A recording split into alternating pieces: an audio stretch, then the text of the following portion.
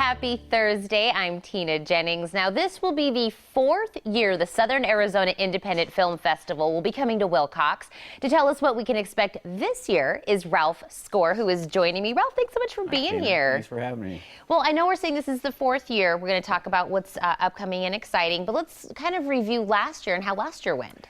Last year, our third year, was really phenomenal. We really went international last year. We had 34 films we showed. About half from domestic from the U.S. and the other half from internationally. We had films from Spain and Germany and Russia and Iran and Uruguay. Wow. And our winning film came from Spain, actually. Wow. Yeah. So this is global, a global festival. Yeah. And so for the fourth year, how do we kind of move forward from there? Well, we've decided to really go with a PG film, so we're really tailoring it to the family issue this year. And we've also really done everything through an online portal now. So for people who are entering the film festival and for judging, it's become a much more streamlined process. And speaking of entering, who is eligible to enter? Well, anybody can enter, actually. We have two divisions. We have a student division and we have an indie division. And our deadline is coming up about a month from now, February 6th. So there's still time for people to enter films. Everything under 10 minutes had to be produced no later than 2015. Okay. So there's some requirements in there. Yeah. And they have to be really aware of the PG guidelines. Yeah. We actually have the guidelines posted as a PDF that people can look at. So. And so once we get our entries and we're ready to do the showings, where do we do that? Well, we do that at the Wilcox Historic Theater in Wilcox. And it's they've really done a wonderful job putting it back into its Art Deco form.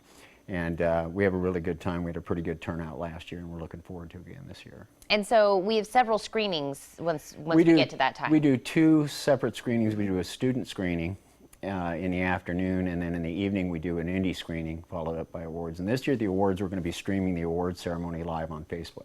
So that's great. So everybody can see. Yeah. You can send it to Grandma all the way in Idaho. Everybody can kind of watch and see that. But it's not just the screenings. You guys have a lot more going on. Yeah, we do. On the Friday before, we have a new space next to the theater, Studio 128, that we're going to be putting on a couple of workshops. Heather Hale, our keynote, will put on a development writing workshop, and then in the afternoon I'm going to put on kind of a nuts and bolts production 101 workshop, and then also the reception. And then after the student screenings, we have a keynote, Heather's keynote, and then we do a roundtable discussion with working professionals from the industry.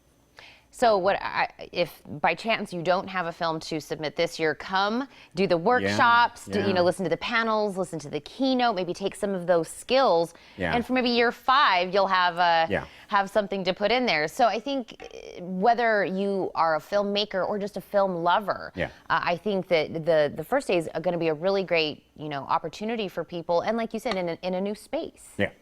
That's available for them. Now, of course, we said the deadline for the submissions are about a month away. The actual event, what are the dates again? April 21st and 22nd, Friday and Saturday. So. And then we'll have all of the screenings, of course, that first day with all of the workshops and everything. Is there a cost for people? It's $10 entry fee, which is we really geared it towards the students so that they could afford it. And then there's no cost to get into the festival at all. It's all free, and it's a lot of fun. That is awesome. It'll be interesting to see kind of where the films come from this year, and having that guideline of having it PG. So that means families are going to be wanting to come out and see these films, bring the kids this year, and that's going to kind of be the theme, I guess.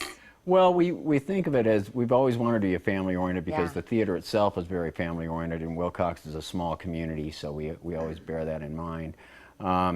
We get this avalanche of films that all come in on the deadline, and my job is really to go through them all and make sure that they meet the guidelines before we pass them on to the judges. Well, definitely if somebody is interested, they're watching, or somebody if you're watching and you want to pass this along, go to the website, and that's a great rundown of what's required. Yeah, there's a submissions page they can go to link to the portal for uploading. Well, I can't wait to see how this year goes, and then we'll again talk about year 5 once it's done and how you guys are moving this forward. But thank you so much for stopping in. Thanks for having me. Oh, absolutely. You guys remember that 2017 Southern Arizona Independent Film Festival starts April 21st at the Wilcox Historic Theater with workshops and a reception. The screenings, panel, and awards ceremony are the next day at 12 p.m. For more information, call 766-3335 or visit wilcoxfilmfest.com.